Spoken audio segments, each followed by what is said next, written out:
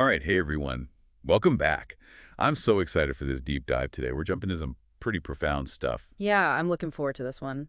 So we're going to be exploring this guy, Søren Kierkegaard. Oh, yeah, Kierkegaard. Deep thinker. He was a Danish philosopher, theologian, poet, I mean, the list goes on and on. A real Renaissance man. Exactly.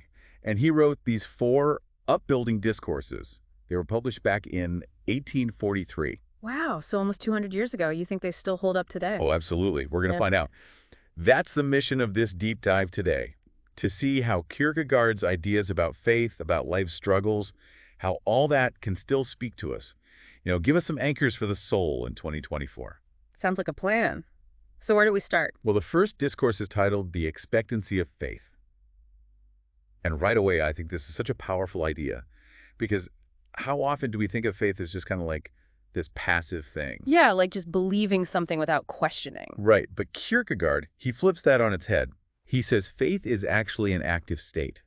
It's about living in this constant state of expectancy. So it's not just about sitting around and waiting for something to happen. Not at all. It's about, imagine you're waiting for this amazing event. You're so excited you can barely sit still. Oh, I get it. Like anticipating a concert of your favorite band or something. Yes, that kind of energy. That's how Kierkegaard wants us to approach our faith, to live with that same kind of excited anticipation. That's a pretty cool way to think about it.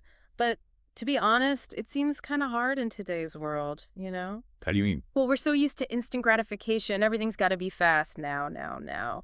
How can we possibly cultivate this kind of patient expectancy when everything around us is screaming for instant results? It is tough, but I think that's part of the challenge. It's like, how do we create space in our lives for this kind of deep, expectant faith? Yeah, good question. Maybe it starts with, I don't know, taking a step back from all the noise, being intentional about slowing down. Makes sense. Y- You got to create that space for the anticipation to build. Okay, so that's discourse one, embracing the expectancy of faith.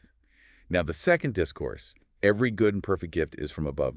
This one kind of hits me right in the feels. Yeah, this one's all about gratitude, isn't it? Exactly. It's about recognizing that all the good things in our lives, they're not just random occurrences.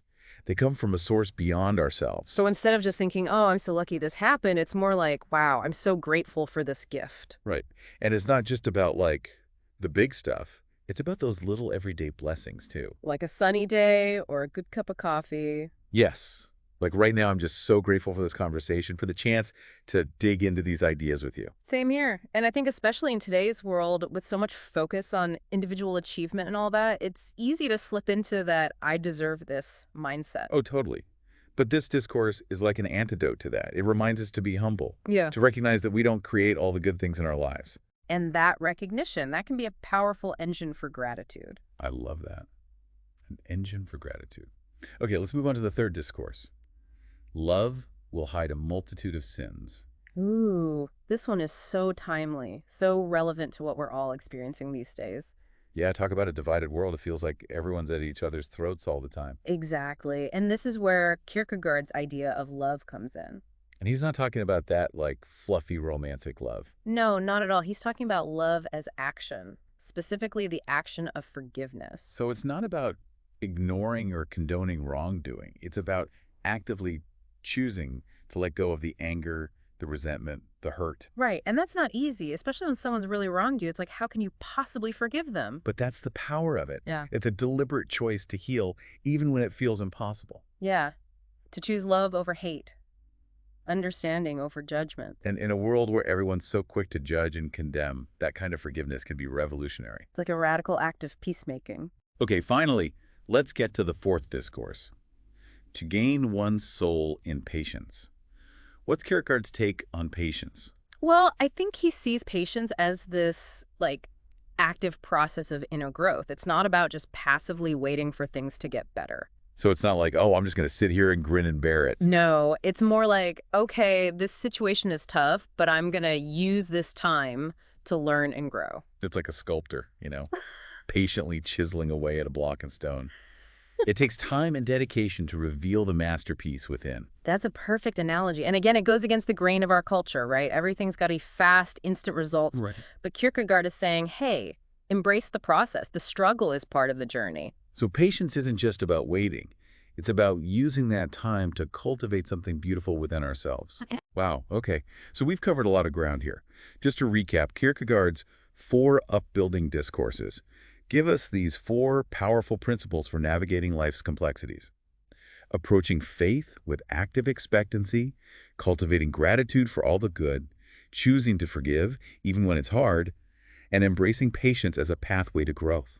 It's like he's given us a toolkit for building a more resilient and meaningful life. And the best part is, these aren't just abstract ideas, they're invitations to action, to change the way we live. Yeah, so like what if we took just one of these principles and started applying it today? Imagine the ripple effect that could have. How might it change the way we approach our challenges, our relationships? Even the way we see the world around us.